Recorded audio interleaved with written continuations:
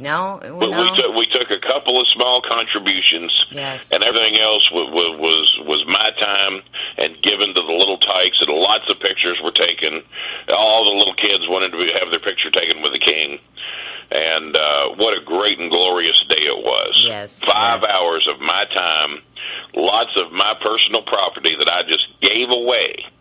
And you saw it personally. Yes, I did, firsthand. And there were a couple of adults that come up and wanted to give a small donation, and unfortunately, they were small donations. Yeah, we even had a police officer. We need bigger ones, people. We need bigger ones. But the king loves taking care of the children, and I've got many other events like that set up throughout the summer. But no, he wants me back on there, Callie. And you should know this better than anybody. Because he's a ratings whore. Yes. I call him a ratings whore. Now, if I call you a ratings whore, then that gets a little sensitive because you can't call a woman a whore. Or can you? But maybe you're a rating slut, Callie. There you go. Maybe that's a more polite way to put it. Because the only reason really I'm on your show, yeah, you've known me for a long time. Yeah, we're seen around town and we're big deals in this market.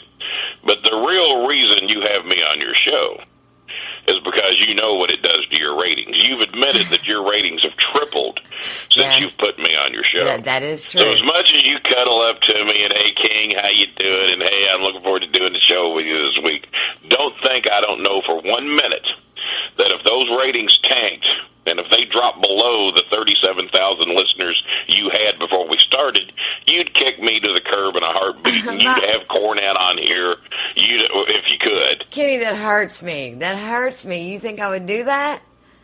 I love my Kenny. Well, whether you would or not, Tommy would.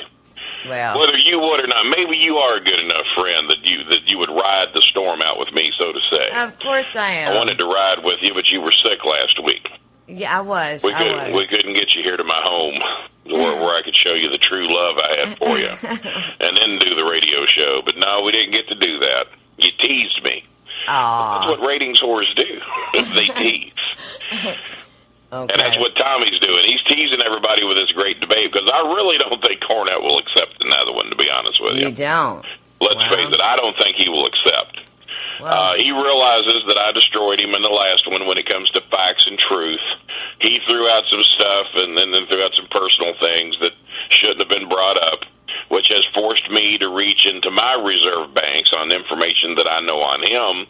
And there's even been some people write in and say, hey, King, if you knew all this stuff, why didn't you tell it earlier? Well, there's a code in the wrestling business. You don't go around ratting each other out.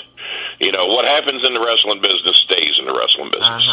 Long as ain't nobody died from it, and to my knowledge, no one has.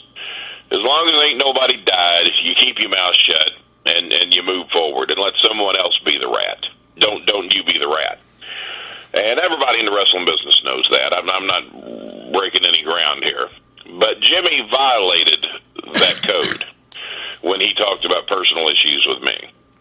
So that's why Tommy's having me on, Sugar, the same reason you do. Okay. Is ratings. And he realizes that if he's got me on, he thought Cornette was his ratings slut.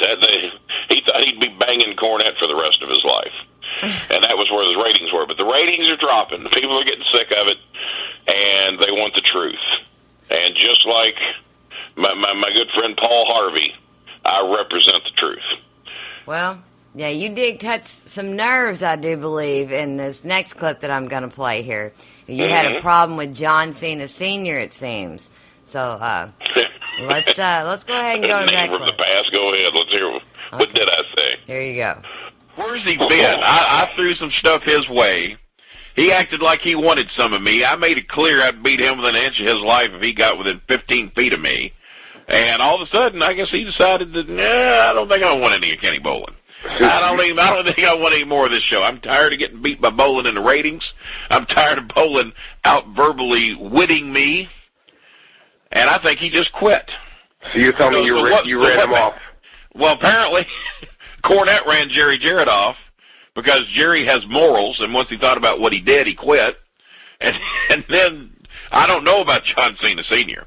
All I know is that I was ready to whip his ass anywhere in the country he wanted to meet, And then all of a sudden, I mean, don't get me wrong, there's a whole bunch of wrestlers out there that Kenny Bolin can't whip. John Cena Sr. ain't no wrestler. I've met John Cena Sr. I know what he's all about, and I could beat him within a half inch of his life any day. In my worst of health, I could stomp the crap out of John Cena Sr. Okay, Kenny. I'm sure that sounds like that was pretty well put and pretty well said. What more do you want on that? Oh, I think there'd be some people that might disagree with that, but I'm not going to Well, say the only way. person would be John Cena Sr., and deep in his mind, he even knows better. That's why he's been gone. We ain't heard his name.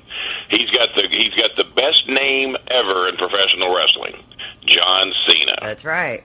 And that still can't get him a ratings win over me on our radio show at Who's Slamming Who. He knows he couldn't whip me in a fight if his life depended on it. I've met him.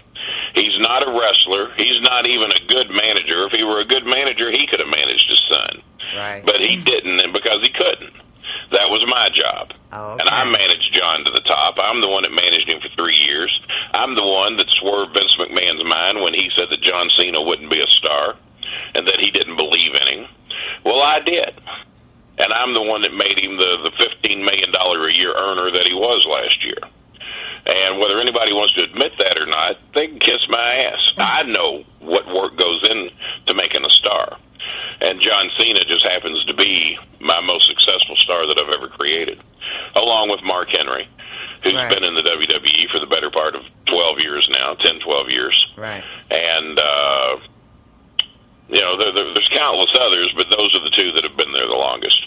The average lifespan of a wrestler in the WWE is 3.5 years. They are the two exceptional exceptions. Right. Well, now you also mentioned a draft of shows, kind of like what the WWE does for their talent. Now, Right. I think a radio show draft would be great, but Tommy has no clue what drives ratings. So let me play this next clip for you on what you said here. Yeah, okay. You know what I find funny? Everyone that you're asking to get drafted off the show is ahead of you in the ratings. No, don't you dare.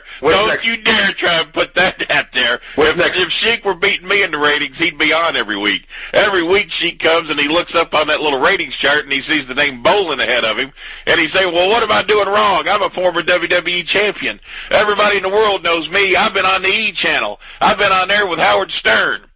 And this guy named Bolin, a guy down in Louisville, Kentucky's beating me. That's the reason she ain't on so much anymore. And Lanny Poffo, another world famous guy, and I tried to be nice to him when he figured out that Cornette was a little snake in the grass and a little piece of crap, and he didn't even join forces with me.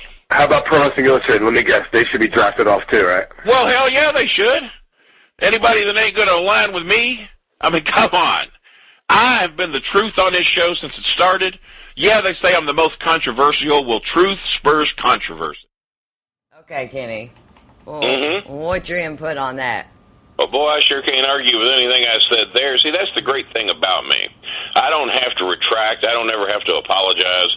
I don't ever have to say, boy, I sure wish I hadn't said that, because every clip you played me is exactly what was on my mind the time that I was asked the question. I don't backtrack on anything I said. And Tommy Fierro tried to put in everybody's mind that the people I wanted off the show, I wanted off because they were ahead of me in the ratings. Right. There are people that try to hang in there with me in the ratings. That's all they're doing.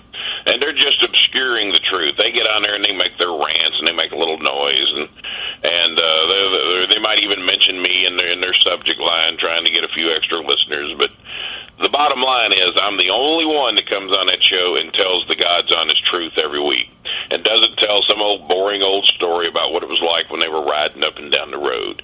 You will hear very few, if any, riding up and down the road stories with me, because people don't want to hear them. That's why they get 6,000 downloads. Right. There's a few. I say nobody. I guess there's a few. 6,000 people even tune into the last place guy. But if you want to be up around the 50,000 downloads, 40,000 downloads where I hang, then you got to tell the truth. And you got to rattle a few cages. And that's what I do best. I don't mind rattling a cage. Because if you get out